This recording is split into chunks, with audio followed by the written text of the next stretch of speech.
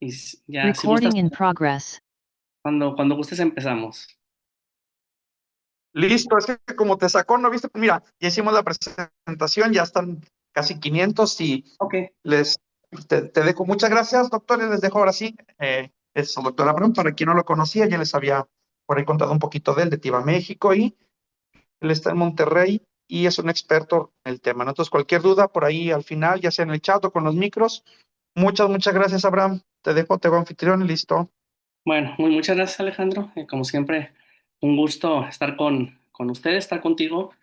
Siempre bien al pendiente de la enseñanza y pues muchas gracias. Bueno, el tema me pidió el doctor Alejandro que habláramos de generalidades o principios básicos de farmacología.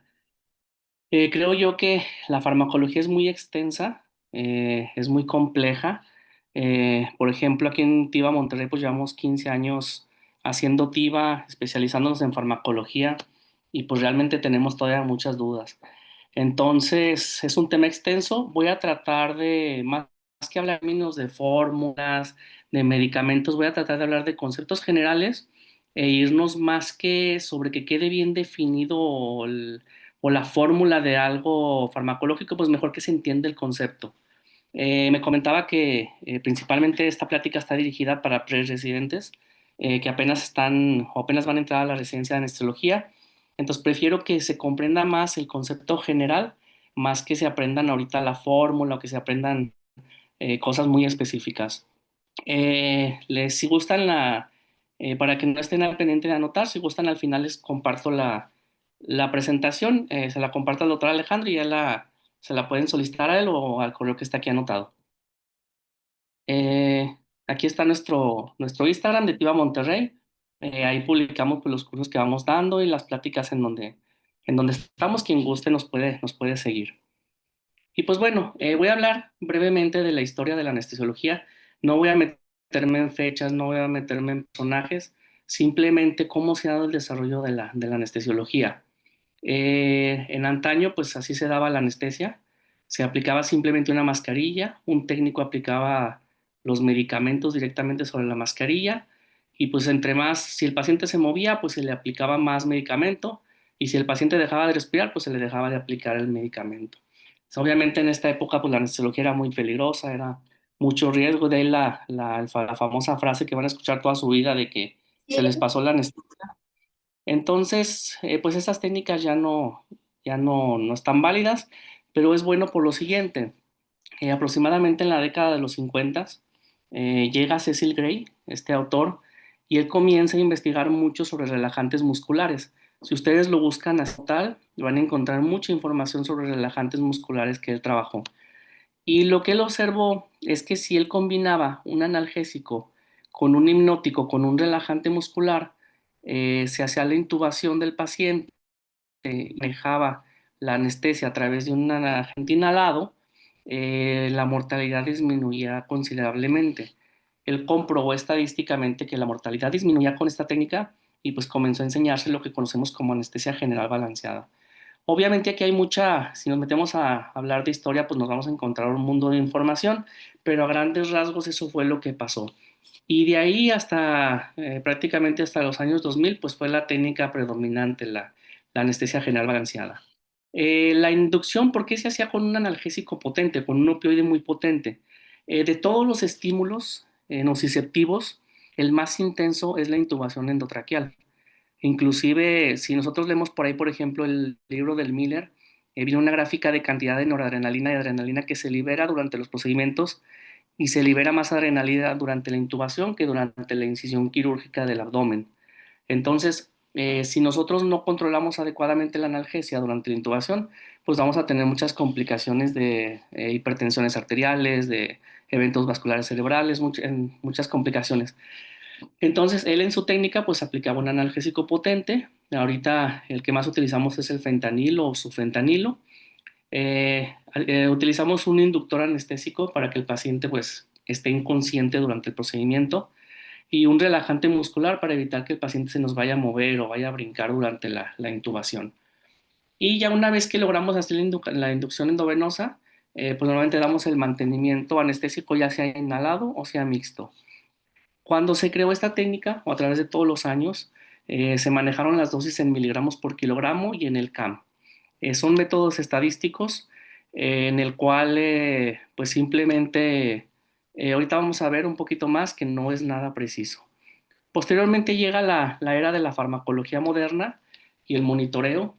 Creo yo que del año 2000 hacia acá se ha desarrollado mucho la anestesia en ese sentido y lo que se busca es tener dosis más precisas, tener concentraciones plasmáticas estimadas como referencia. Antes nos basábamos en cuántos miligramos por kilo y ahora nos basamos en cuál es la concentración plasmática que queremos llegar con esa dosis. Si manejamos propofol a 1 microgramo por mililitro o a 3 microgramos por mililitro, el efecto pues va a ser completamente diferente. Quiero aquí, hay un término que es una dosis alométrica.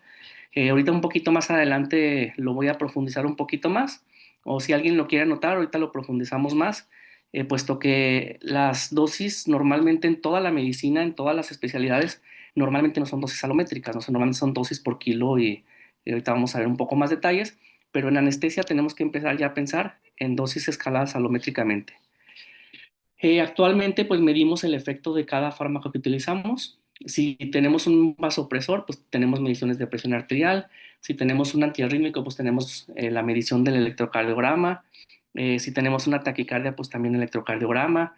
Sin embargo, si estamos administrando un anestésico general, pues tenemos monitorización del cerebro, por ejemplo, de lo que está pasando en la función cerebral. Si tenemos un analgésico, pues tenemos monitores para medir precisamente la nocicepción y todo lo estamos monitorizando. Estamos valorando tanto la dosis y el efecto que produce esa dosis dentro del cuerpo. Entonces es lo más moderno en la anestesia, monitorizar cada fármaco que estamos utilizando. Viene una pregunta, creo yo que es importante que los que apenas van a empezar con la especialidad en anestesiología tengan claro lo que es la diferencia entre dosificar y titular. Normalmente hay que tener cuidado con estas gráficas. Estamos muy acostumbrados en la medicina general a manejar las dosis en cuadritos, ¿no? Por miligramo por kilogramo. Por ejemplo, ceftriaxona, 50 miligramos kilo día, etcétera, etcétera. Sin embargo, pues esto es muy relativo porque una misma concentración plasmática, pues en un paciente puede producir un efecto y en otro paciente puede producir otro efecto diferente. Entonces tenemos que tener reserva con esto.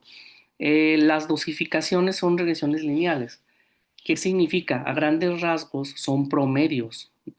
Yo tomo muestras de 20, 30, 50 pacientes, calculo la concentración plasmática que se alcanza con esa dosis y por decirlo de alguna manera sencilla, saco un promedio y esa es la dosis. No significa que esa dosis va a producir el mismo efecto en todos los pacientes. Significa que es el promedio o el estándar en el cual se produce ese efecto.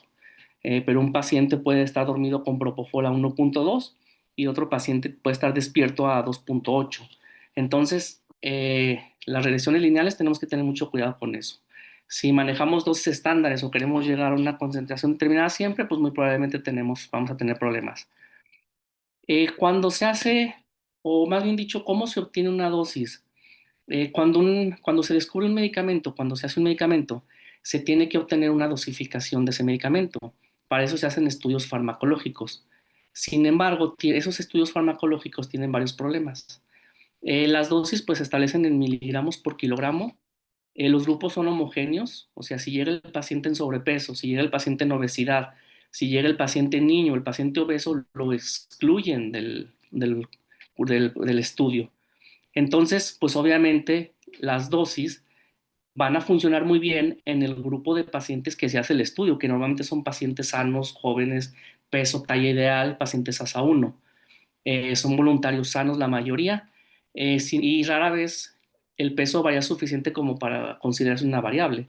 Si yo hago un estudio farmacológico, normalmente pues tengo pacientes de 70 a 90 kilos y los pacientes por encima o por abajo los elimino del estudio. Entonces no sé lo que pasa con esos pacientes cuando le administro el medicamento. Y aquí es lo que les comentaba, este término vamos a dejarlo pendiente, pero es muy importante. Los estudios farmacológicos no se escalan alométricamente. No nos dicen cómo se dosifica al obeso, no nos dicen cómo se dosifica al paciente con sobrepeso. ¿Por qué titulamos o por qué en anestesia debemos de cambiar el término dosificar y mejor manejarlo como titularlo? Con la titulación determinamos el requerimiento individual de los fármacos, escalonamos la dosis de forma correcta, no caemos en sobredosificaciones o infradosificaciones y obviamente al escalar una dosis o al titularla, pues yo mitigo todos los efectos secundarios y tóxicos de los anestésicos.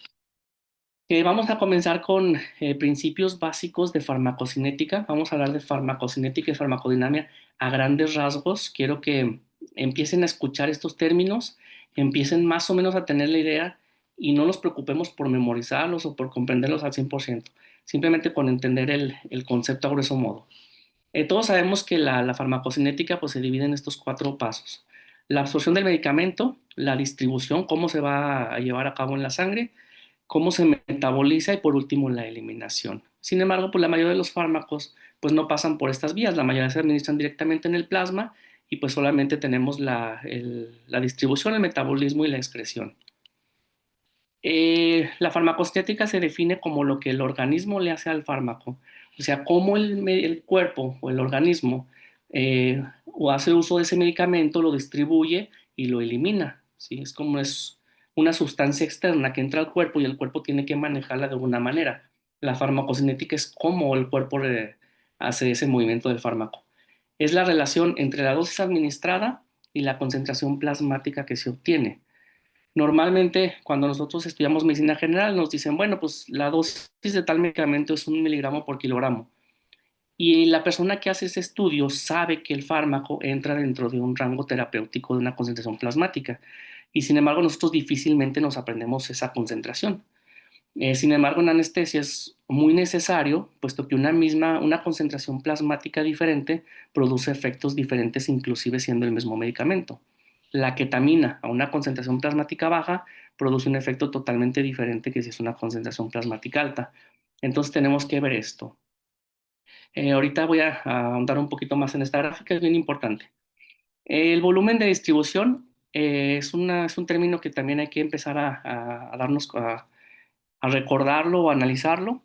Es un volumen aparente en el cual una dosis se debe disolver para alcanzar una concentración plasmática determinada y se expresa en litros. Yo siempre para comprender este término utilizo el ejemplo del acuario. Aquí tenemos un acuario, una pecera.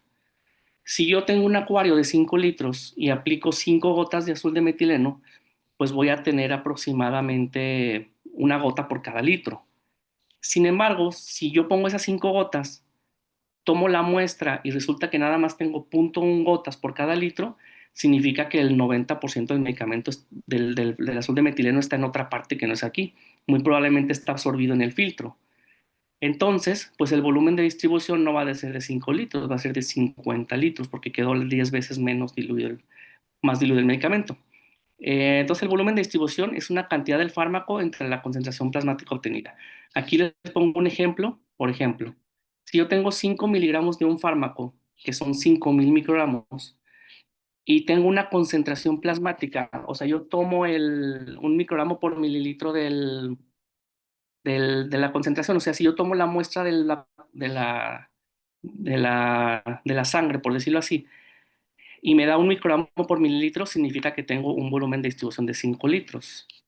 Sin embargo, si yo tengo los mismos 5.000 microgramos del medicamento, lo diluyo en la sangre, por ejemplo, y la concentración plasmática queda 0.1, significa que yo tengo un volumen de distribución de 50 litros. No significa que tengamos 50 litros de sangre. Lo que pasa es que yo tomo la muestra sanguínea en ese plasma y veo cuál es la concentración plasmática secundaria a la dosis, de tal manera que es un volumen aparente. No hay medicamentos que nos dan 300 litros de distribución plasmática y no significa que tengamos 300 litros de líquido en el cuerpo o en la sangre. Significa que es un volumen aparente. Si la concentración plasmática me dice que solamente un pequeño porcentaje del medicamento se quedó en la sangre y que todo lo demás se distribuyó de formas diferentes en el organismo. A mí lo que me importa es la concentración plasmática, no lo que hay en hígado, no lo que hay en riñón. Por lo tanto, para determinar una dosis necesito el volumen de distribución de ese fármaco particular. Ahorita si queda alguna duda, ahorita lo profundizamos un poco más. El aclaramiento plasmático es la capacidad del organismo de eliminar el medicamento. El aclaramiento se define como la cantidad de plasma que queda libre del fármaco por unidad de tiempo. Normalmente se expresa en litros o mililitros por minuto. O sea, ¿cuánto estoy yo eliminando del organismo? Es muy importante esto. Quiero que sigue poner mucha diferenciación en estas dos gráficas, porque la mayoría de los medicamentos que nosotros utilizamos dentro de la medicina general o dentro de la medicina que no es anestesiología, se basan en un solo compartimiento. Por lo tanto, si graficamos, el tiempo está aquí abajo y la concentración plasmática está acá arriba, tenemos casi una línea recta. Esta es una gráfica, por ejemplo, del alcohol. Cuando ustedes se toman un tequila, 5 tequilas, 10 tequilas, el fármaco se elimina de forma constante del cuerpo. Significa que solamente hay un compartimiento, por decirlo de alguna manera. La concentración va bajando. ¿Cuál es la vida media del alcohol?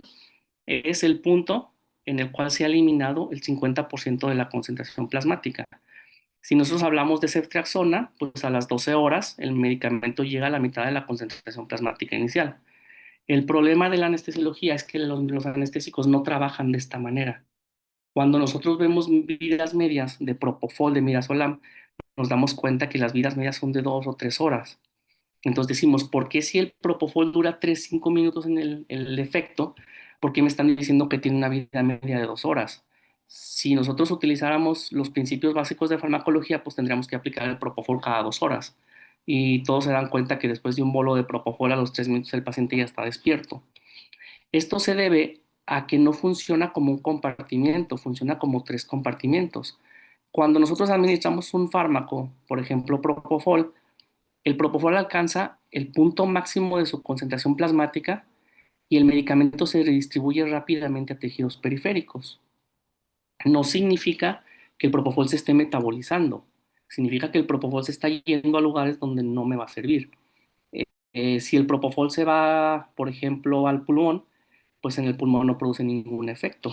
Yo quiero que el propofol esté en el cerebro, entonces, y que esté en el plasma, obviamente. Si está en el plasma, está en el cerebro. Entonces, hay una fase de declive muy rápido que se llama el vida media alfa. Es una fase de distribución rápida. Posteriormente, hay una fase de distribución un poco más lenta, que es como una curva, y a esta vida media se le llama vida media beta. Cuando ustedes lean farmacología, van a ver que les van a decir cuál es la vida media alfa, cuál es la vida media beta y cuál es la vida media gamma. La vida media gamma es la fase terminal y la base de la vida media gamma ya depende propiamente del metabolismo. ¿Cuál es el problema o cuál es lo importante de la anestesiología? Que la concentración plasmática para producir un efecto está por arriba de la vida media gamma. De tal manera que el paciente despierta en este punto cuando está decayendo la concentración plasmática muy rápida y el propofol continúa todavía en el cuerpo eliminándose de forma más lenta, pero eso ya depende del metabolismo, ¿sí? Entonces, vamos a poner aquí el ejemplo. Yo tengo aquí el cerebro. El cerebro está, digamos, de alguna manera dentro del plasma, para fines de distribución del medicamento. Tenemos un compartimento que es músculo y tenemos un compartimento que es B3, que es el tejido grasa, la distribución lenta.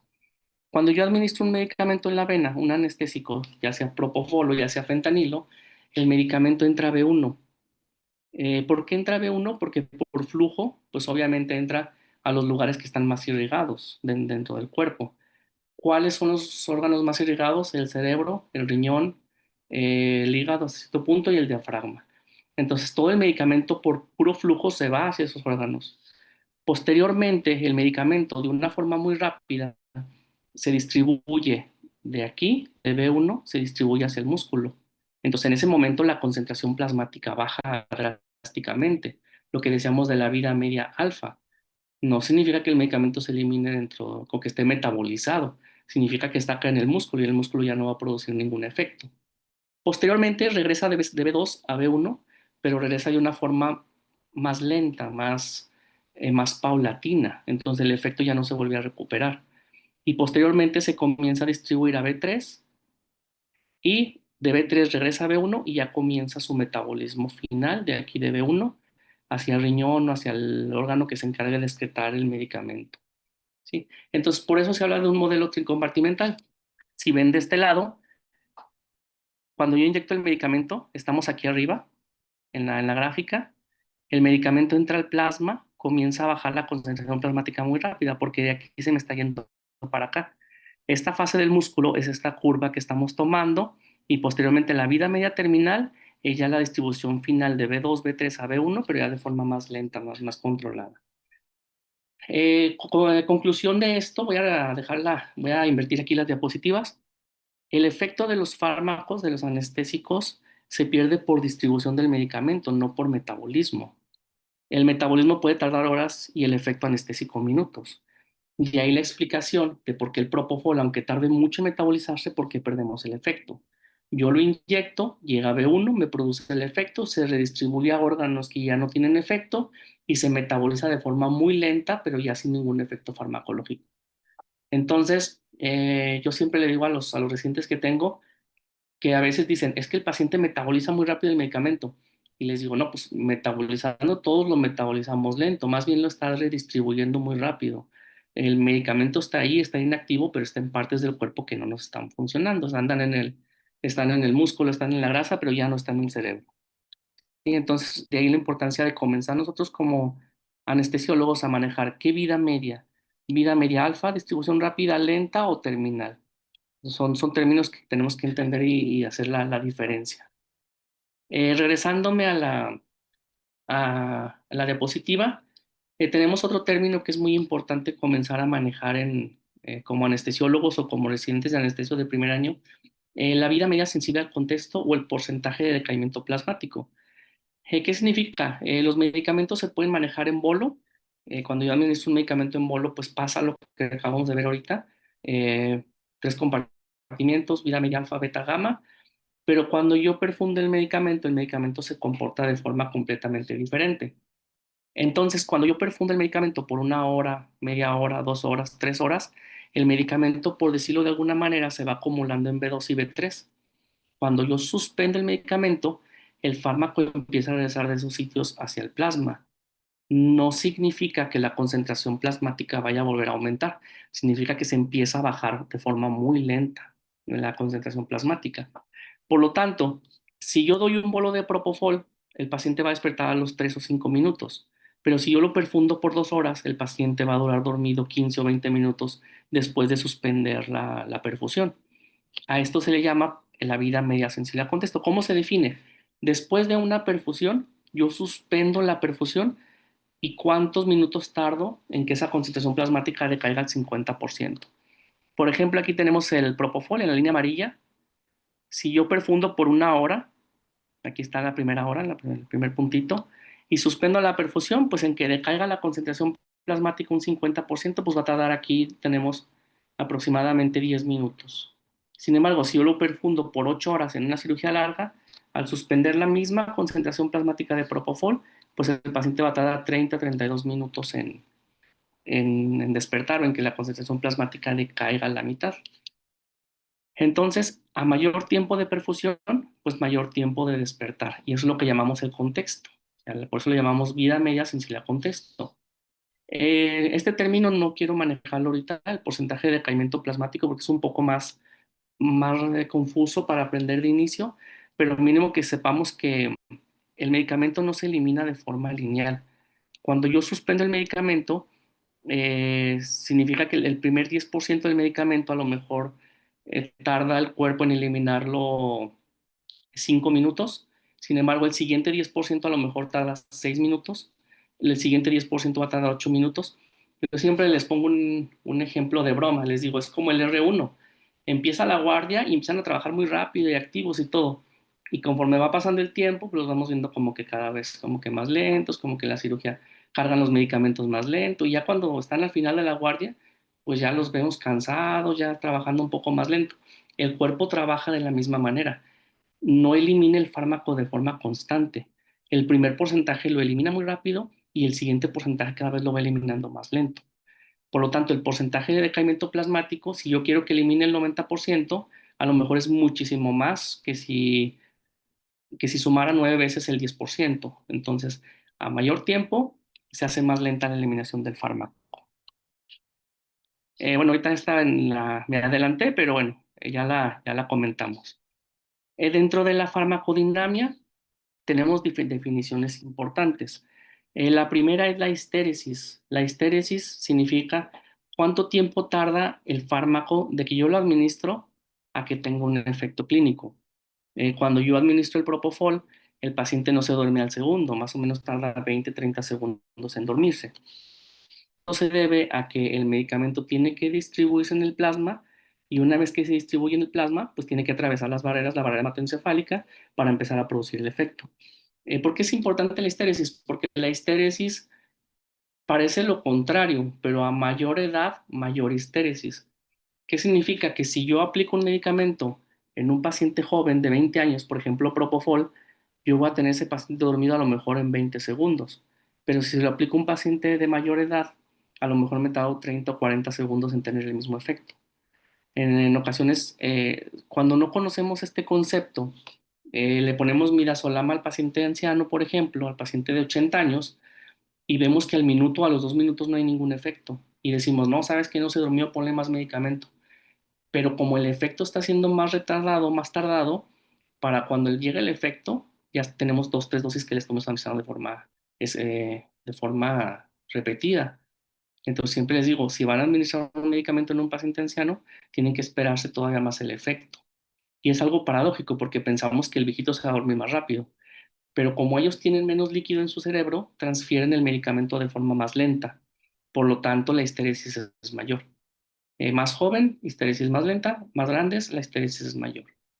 Tenemos otro término que es el time peak o el T-peak, que es el tiempo para el efecto máximo. Muchos lo van a leer como T-peak, como TTP, o sea, hay diferentes términos, pero es lo mismo, es time peak. ¿Qué significa? Que yo administro un medicamento, alcanzo la concentración plasmática máxima y ese medicamento, la concentración plasmática comienza a decaer. Como ya vimos, vida media alfa empieza a decaer, pero al mismo tiempo comienza a aumentar el sitio efector, comienza a hacer la transferencia.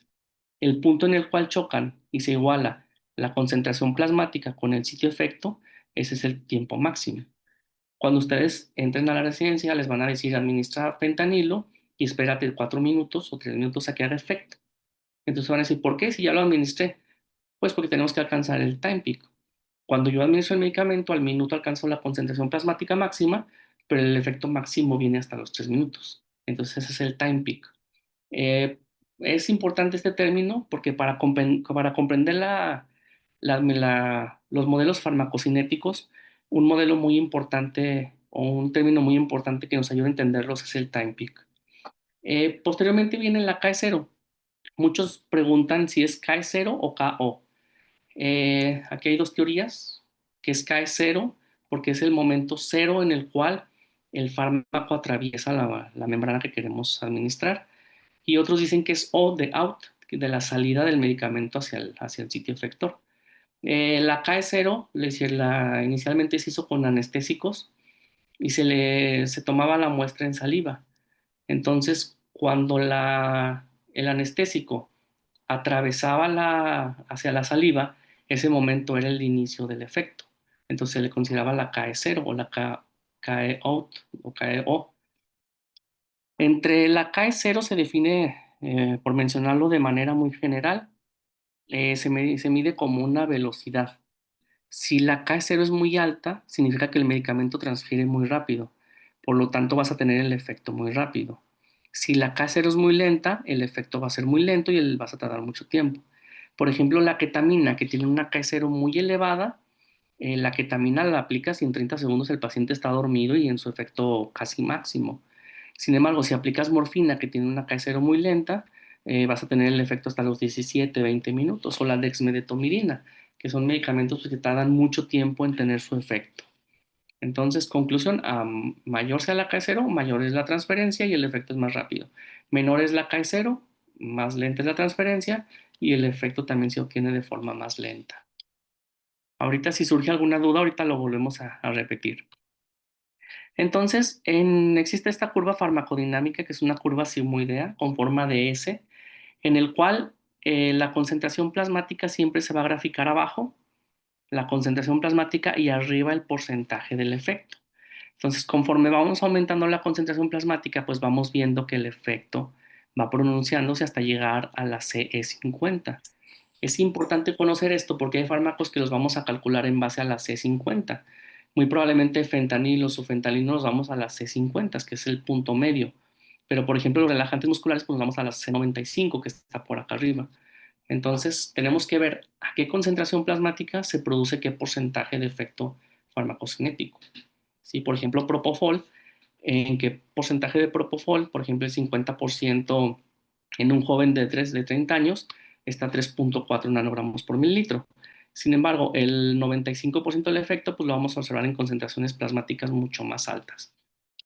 La relación que existe entre concentración plasmática y ese efecto, y aquí es la farmacocinética era lo que el organismo le hace al fármaco, cómo lo distribuye, cómo lo elimina. Pero la farmacodinamia es qué es lo que el fármaco le hace al cuerpo, qué es lo que el efecto que está produciendo el medicamento. Tenemos que diferenciar, y esta diapositiva es muy importante, porque los médicos en general confundimos eficacia con potencia. En ocasiones pensamos que un fármaco muy potente es un fármaco muy bueno, y no es así, eso es la eficacia. La eficacia es la capacidad de producir un efecto relacionado con su afinidad por el receptor y por la activación para producir una respuesta biológica. La potencia es la concentración de un fármaco para obtener ese dicho efecto. ¿A qué ejemplo les pongo? En ocasiones vienen las industrias farmacéuticas y nos dicen, oye, es que este fármaco es 2 veces más potente que este otro. Entonces uno dice, entonces es mucho mejor. No necesariamente, no más bien dicho, no es así. Significa que con la mitad del fármaco obtenemos el mismo efecto del otro. Si yo aquí para diferenciar esto, yo les pongo el ejemplo del azúcar y el esplenda. Cuando ustedes quieren endulzar un café, ¿qué ponen más, azúcar o esplenda? Obviamente ponen mucho más azúcar. ¿Por qué? Porque la esplenda es más potente, pero no significa que vaya a endulzar más. O sea, endulza lo mismo o menos, pero necesitas mucho menos cantidad para lograr su efecto. Entonces, cuando hablemos de potencia, hablamos de dosis para producir un efecto. Y cuando hablemos de la eficacia, es qué tan efectivo es ese efecto dentro del cuerpo. Les pongo un ejemplo. Morfina y nalbufina, que por cierto hay que olvidarnos de la nalbufina, es un medicamento que no debemos utilizar, pero es un buen ejemplo. Nalbufina y morfina son equipotentes. Significa que el efecto máximo o el efecto medio, más bien dicho, de la morfina es a 150 microgramos por kilo y el efecto medio de la nalbufina es a 150 microgramos por kilo. Sin embargo, cuando tú administras nalbufina, te das cuenta que tienes mucho menos efecto que aplicando la morfina. Por lo tanto, aunque sean equipotentes y las dosis de los medicamentos sean las mismas, el que es más efectivo es la morfina. Entonces sí tenemos que diferenciar mucho, sobre todo ahora que entren en anestesia les van a decir que el fentanilo es 100 veces más potente que la morfina y se van a imaginar que va a tener un efecto súper espectacular y que el paciente y no, no es así. Significa que ocupas 10 veces menos de dosis para producir el mismo efecto que morfina. Sí, entonces eso es la eficacia una cosa y otra cosa es la potencia. Tenemos que, eso sí es un término que sí les pido que aprendamos a diferenciar desde ahorita. Casi por último, lo que es la biofase es el lugar en donde está el receptor, en donde tiene que actuar el medicamento. Es la concentración del receptor la que tiene interés clínico. Aquí tenemos el rango terapéutico, por ejemplo, del Propofol. La media está más o menos en 3 microgramos por mililitro. Sin embargo, eh, lo que tenemos que comenzar a ver es, de acuerdo a la dosis de fármaco que estamos utilizando, cuál es la concentración plasmática que vamos a tener en un grupo poblacional determinado. Por ejemplo, con este ejemplo quiero esquematizar varias cosas. Es la última diapositiva, pero voy a detenerme un poquito para explicar varios términos. Si yo aplico, ¿qué nos decían en antaño? Pues Propofol a 2 miligramos por kilogramo, fentanilo a 3 miligramos por kilogramo. Sin embargo, pasaba esto es un ejemplo de Propofol.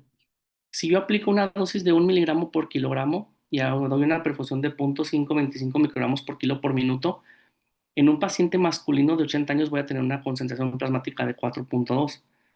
Cuando su C50 del propofol a esa edad está en 2.6 microgramos por mililitro, voy a tener el doble de dosificación.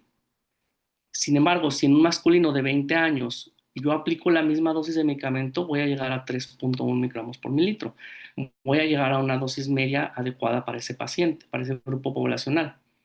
Sin embargo, si yo tengo un masculino de 2 años y le aplico los mismos 2 miligramos por kilogramo, únicamente voy a llegar a 1.91 miligramos cuando la dosis era mayor. Entonces, la dosificación, si yo me acostumbro en anestesia a manejar las dosificaciones en miligramos por kilogramo, voy a tener efectos totalmente diferentes en pacientes diferentes. Si yo tengo al paciente de 80 años y le pongo 2 miligramos por kilogramo, lo más probable es que lo tenga en su presión cerebral y lo más probable es que lo tenga hipotenso y hasta bradicárdico. Entonces puede inclusive producir un paro cardíaco secundario a una dosis de propofol. Y si al niño yo le aplico 2 miligramos por kilogramo a un paciente de 18, de 12 años, muy probablemente ni siquiera pueda llegar a dormirse. Entonces, es lo que tenemos que comenzar a analizar, que la dosis por kilogramo es específica en cada grupo poblacional. De ahí la importancia o por qué en TIVA en general, TIVA México, TIVA Monterrey, estamos muy enfocados en la TCI, porque la TCI maneja toda esa información, grupo poblacional, toma en cuenta el género, la edad, la talla, el peso, determina cuál es la curva farmacocinética particular de ese paciente y dosifica de acuerdo a su curva farmacocinética. ¿A qué me refiero? Esta dosis que ustedes están viendo de 1 miligramo por kilogramo de propofol, la calcularon en un paciente de 20 kilogramos, por lo tanto alcanzo la concentración plasmática que yo quiero. Pero si me voy a un paciente obeso, si me voy a un paciente anciano, no voy a alcanzar la misma concentración plasmática. A lo mejor, si estamos hablando de ceftriaxona, de ketorolac o de otros medicamentos, probablemente entro dentro de un rango terapéutico que me va a producir un efecto. El problema es que en la anestesia las concentraciones plasmáticas diferentes tienen efectos diferentes. No es lo mismo que yo tenga propofol a 2 microgramos por mililitro a que lo tenga a 3 o que lo tenga a 1, es completamente diferente. Entonces debo de comenzar a pensar más en términos de concentraciones plasmáticas. Por último, eh, me pedí ayer el doctor Alejandro que tenían algunas dudas de cómo sobredosificar al paciente en sobrepeso o obeso. Hay un término que se llama alometría. La alometría es un término nuevo que se ha utilizado en anestesiología, que precisamente fue el doctor Cortines el que comenzó a introducir este término dentro de la anestesiología, un término que ya existe en otras ramas, pero él comenzó a llevarlo a la anestesiología. ¿En qué consiste la alometría? A que conforme vamos creciendo de peso, nos volvemos menos metabólicos y nos volvemos más estructurales. Por ejemplo, cuando se descubrió la alometría, yo siempre les platico esta historia, eh, empezaron a dosificar a un ratón que tenía convulsiones, lo empezaron a dosificar con cannabis. Entonces ellos determinaron y dijeron, ¿sabes qué? El ratón, la dosis apunta 1 miligramos por kilogramo de la sustancia para evitar las convulsiones. En el mismo zoológico les convulsionaron un elefante y dicen, bueno, pues si la dosis es de 1.1 miligramos por kilogramo, pues vamos a escalar 0.1 a 2 toneladas y le vamos a aplicar la dosis. ¿Qué creen que pasó con el elefante? Pues que el elefante se murió. ¿Por qué? Porque el ratón tiene mucha estructura metabólica, prácticamente está hecho de metabolismo y su estructura, sus huesos, sus estructuras de soporte son muy débiles, por lo tanto es un organismo propiamente metabólico. Sin embargo, el elefante, pues llega a un punto en donde el metabolismo deja de tener función y comienzan a hacerse más estructurales, comienzan a hacerse más hueso, más grasa, más lugares del organismo que no tienen metabolismo. Entonces, conforme vamos creciendo de tamaño, y esto pasa con el paciente obeso, cuando el paciente comienza a aumentar de peso, la dosis no empieza a aumentar de forma lineal, empieza a aumentar de forma logarítmica. Ya cuando veamos TIVA más adelante, vemos que es un escalamiento 0.75, por lo tanto, a mayor peso, la dosis no se escala de la misma manera. ¿Sí? Entonces, tenemos que comprender este término de alometría, porque no es lo mismo dosificar, o no es la misma concentración plasmática que voy a alcanzar a 2 miligramos por kilo en un paciente superobeso que en un paciente no obeso. A lo mejor un paciente de 70 kilos que le aplico 70 miligramos de propofol, yo diría, bueno, pues al de 140 pues voy a aplicarle lo doble, 140, y muy probablemente llegue a una concentración plasmática mucho más alta de la esperada. Entonces, ahora no voy a meterme más en alometría, pero sí que comprendamos el concepto que a mayor dimensión del organismo no aumenta de forma lineal el rendimiento de los fármacos, aumenta de forma logarítmica. Eh, por último, bueno, quiero dejar más tiempo para preguntas. Si alguien quiere que profundice algún tema, si ya leyeron algo y hay alguna duda, pues mejor damos tiempo para las preguntas y respuestas. Muchas gracias. Muchas gracias, Abraham. Muchas gracias, doctora. No sé si alguien quiere abrir su micro si tenga alguna duda.